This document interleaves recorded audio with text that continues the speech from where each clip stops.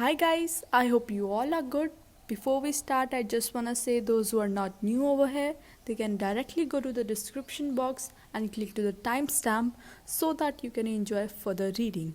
And now those who are new over here, आपका बहुत बहुत स्वागत है इस चैनल पर.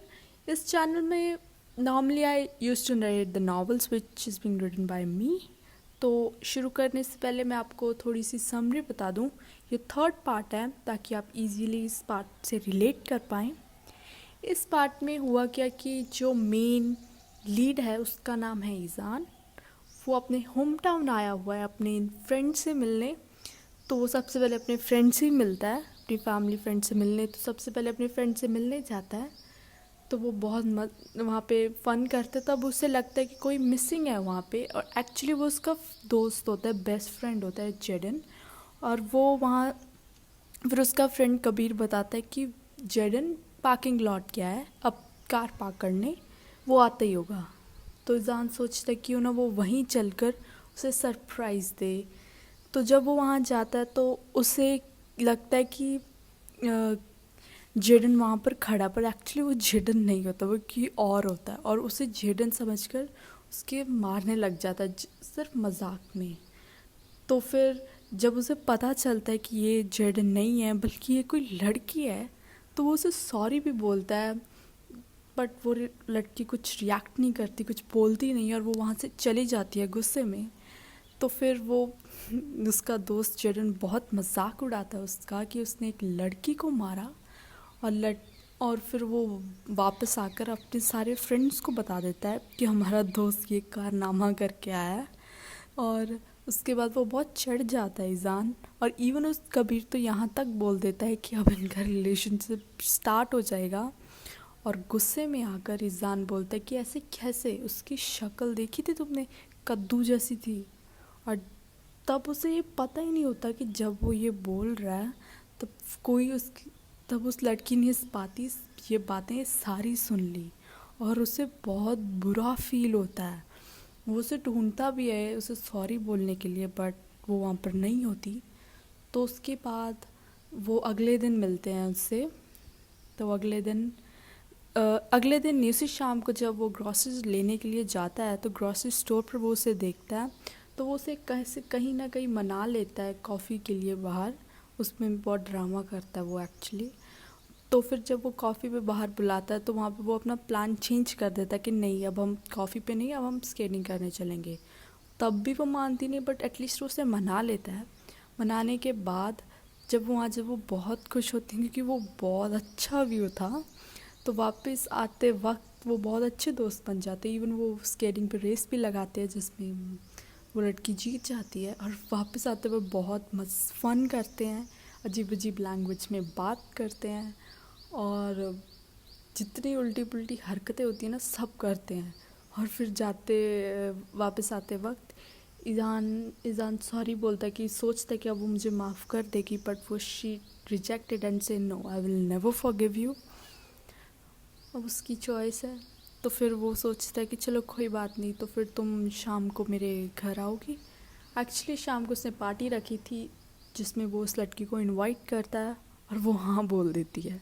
अब इस पार्ट में यही देखना है कि आखिर ऐसा क्या होता है कि आज के दिन के बाद, मतलब इस रात के बाद, उस घर पार्टी के बाद वो पूरे 8 महीने के लिए नहीं मिलते, क्योंकि एक दिन इनका ख़त्म हो जाता है. इस नावल का नाम ही 2 डेज़ है, जिसका मतलब सिर्फ 2 दिन के लिए ये लोग मिलते हैं. और इनका एक दिन ऐसे ख़त्म हो जाता है कि वो मिलते नहीं पूरे 8 महीने के लिए. तो स्टे ट्यून और आगे मैं कंटिन्यू करती हूँ. फिर मैंने उसे अपने घर का एड्रेस दिया और वहाँ से चला आया. और घर आते वक्त मैंने सोचा क्यों ना एक प्रैंक किया जाए. और वैसे भी मैं अपने दोस्तों को इतनी जल्दी बख्श दूँ, ऐसा होने वाला नहीं है. तो मैंने इस प्रैंक में कबीर को भी ऐड कर लिया. प्रैंक था कि जब वो घर पे होगी तो मैं ऐसे बिहेव करूँगा कि मेरे घर में चोर घुस गया और उसके पास गन है और वो मुझे धमकी दे रहा है कि वो मुझे मार डालेगा. हमने पूरी सेटिंग कर ली थी. जो चीज़ की ज़रूरत थी वो हम ले भी आए थे. जैसे गन, मास्क वगैरह। और फिर कुछ वक्त के बाद बेल बजी और मैंने डर के मारे गेट खोला और कहा, तुम जल्दी आ गई, हाँ, और अब आ ही गई हो तो ध्यान से आना, ठीक है।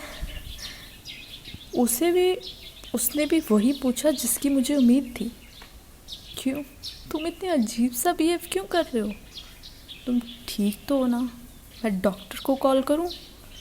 तभी पीछे से कबीर ने गन रख कर कहा, चिल्लाना मत, मैं 1 मिनट नहीं लगाऊंगा गोली चलाने में, हाथ ऊपर, मैंने कहा हाथ ऊपर। फिर जो हुआ वो तो मैंने सपने में भी नहीं सोचा था। उसने कबीर का हाथ साइड किया जिसमें उसने गन पकड़ी हुई थी, and she kicked him between his legs, जिससे वो नीचे गिर गया। और फिर उसने उसे उसी कमरे में धक्का दिया जिसमें वो छुपा हुआ था, और फिर गन उठा ली। मैं ये सब एक जगह खड़ा होकर देख रहा था, मुझे कुछ समझ नहीं आ रहा था कि मैं क्या करूं, और जो हो रहा था वो तो होना चाहिए ही नहीं, मतलब वी डिडंट प्लान इट। तभी मैंने उससे देखा कि वो कोई नंबर डायल कर रही है, फ़ोन उठा रही है। तो जब मैंने पूछा कि तो she said she is calling police, तो मैंने उसके हाथ से फ़ोन छीन लिया और उसे किसी तरह ये कन्विंस कराया कि इट्स प्रैंक। बहुत मुश्किल हुई, मगर मुझे बहुत समझाना था ना वो। तो जब वो समझ गई कि वो इस प्रैंक, तो वो तभी कबीर के पास भाग गया और कहा, हाँ यू ओके, तो ठीक तो हो ना। और मैं फिर चेयर लेके आया और वो पानी का, जब वो कबीर के लिए पानी लेके आई तो कबीर डर गया, और मुझे इतनी हंसी आई ना कि मैं अब बता नहीं सकता। मैंने वो हर बात पे हंसा जो मैं कुछ मिनट पहले ब्लैंकली देख रहा था, और इतने में मुझे हंसता देख वो दोनों भी हंस पड़े। और फिर कबीर ने मुझसे उसका नाम पूछा, और तब मुझे ध्यान आया कि यार मुझे तो इसका नाम भी नहीं पता।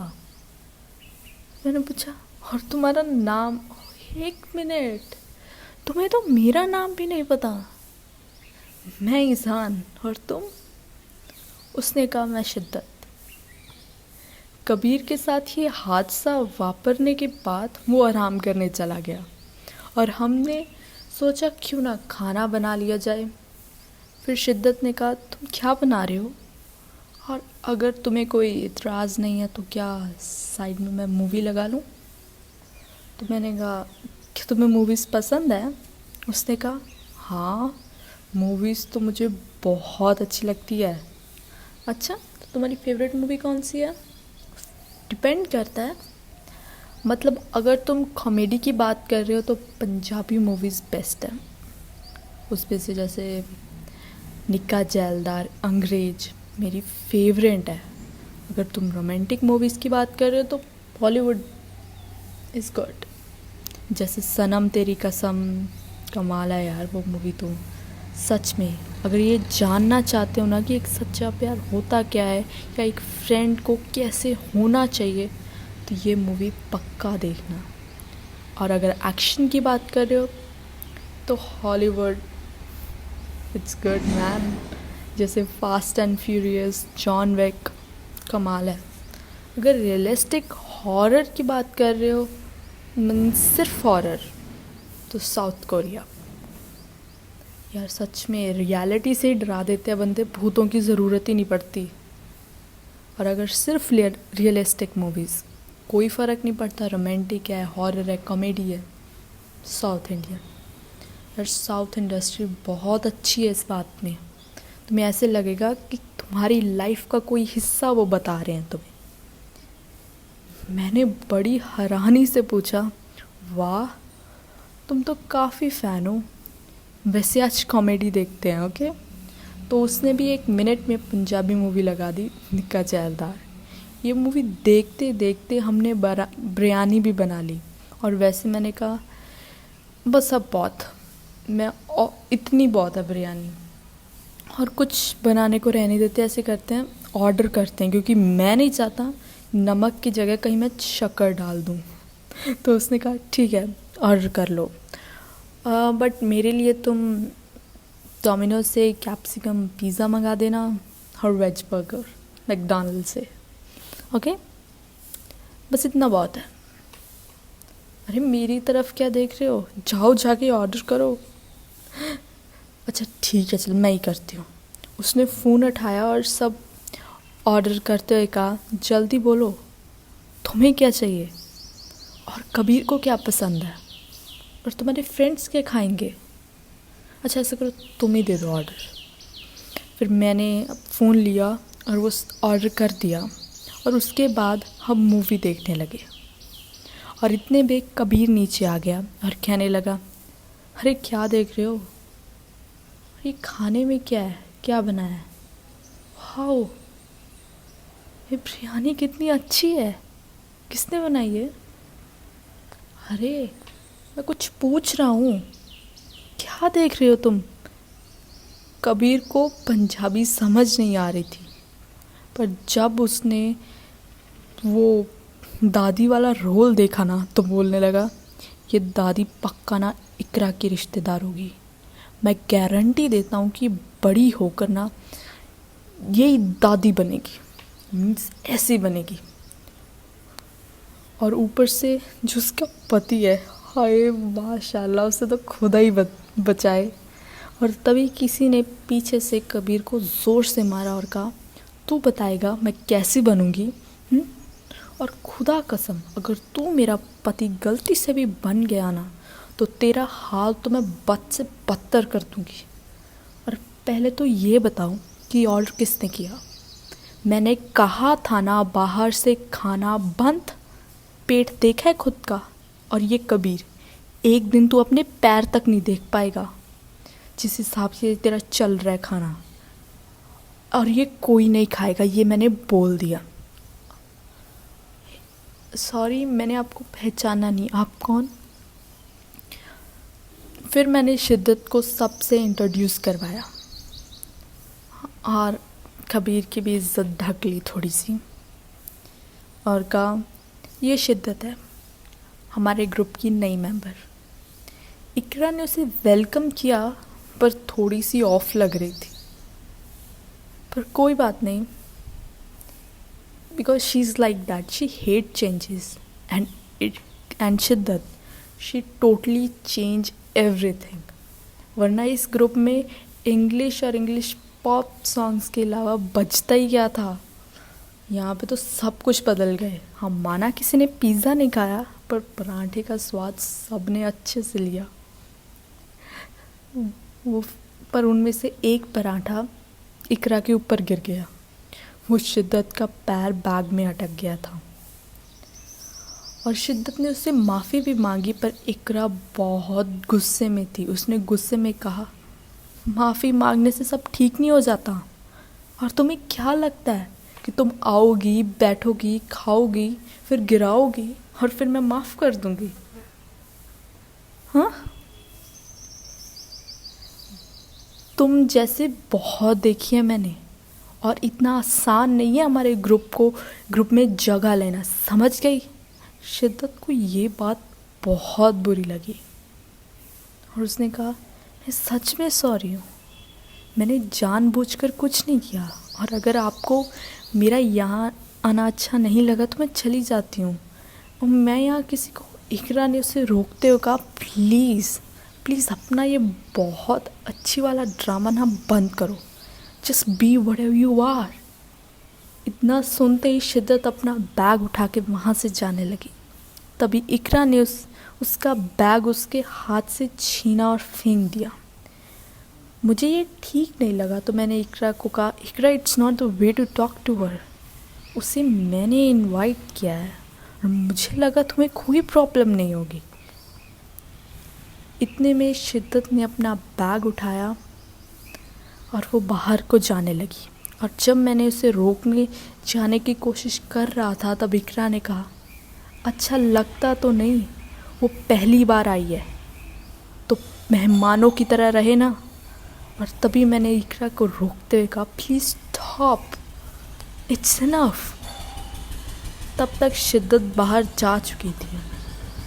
मैंने उसका हाथ पकड़ा और रोका और उसने कहा, अब पता चल गया मेरा कोई दोस्त क्यों नहीं है। और वैसे भी मैं तुम्हारी इतनी जल्दी कोई दोस्त नहीं बनता, और मेरे लिए, और मैं तो तुम्हारी दोस्त हूँ भी नहीं जितने वो हैं। प्लीज़ मेरे लिए तो उनसे मत लड़ना। वैसे वो बहुत अच्छे हैं, स्पेशली इकरा। प्लीज़ उसे कुछ मत कहना, वरना तुम सच में कुछ खो दोगे। ये कहकर वो वहाँ से चली गई। ऐसे लगा जैसे वो जानती थी मैं उसे क्या कहना चाहता हूँ। 24 घंटे थे, सिर्फ 24 घंटे हुए थे हमें मिले हुए। सोचा नहीं था कभी कि ऐसे चली जाएगी वो, पर वो सही थी।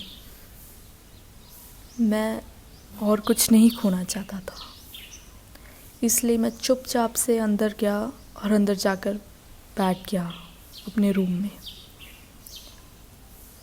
जब सब चले गए तब मैं नीचे अपना फ़ोन लेने के लिए गया। फ़ोन ढूंढते वक्त मुझे एक मेडिसिन की बॉटल मिली, जो मेरी तो नहीं थी, ये मुझे पक्का पता था। और उस पे जो उस मेडिसिन का नाम पढ़कर मैंने सर्च किया तो मुझे पता चला कि ये COPD पेशेंट्स यूज़ करते हैं।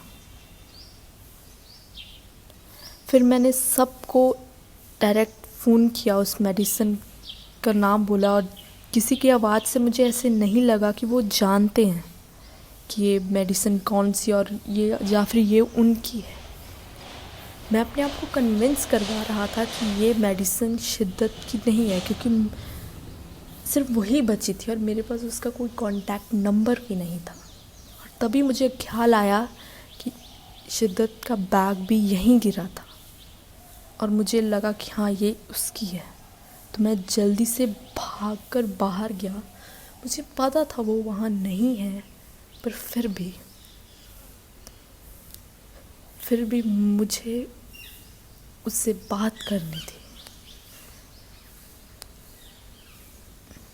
मुझे उसे देखना था, मुझे उसे कहना था कि तुमने मुझसे ये बात क्यों छुपाई, क्योंकि ये कोई नॉर्मल बीमारी नहीं है। इसमें मैक्सिमम 1 ईयर तक ही कोई ज़िंदा रहता है, इससे ज़्यादा कोई नहीं रह सकता। मुझे बहुत बुरा लग रहा था।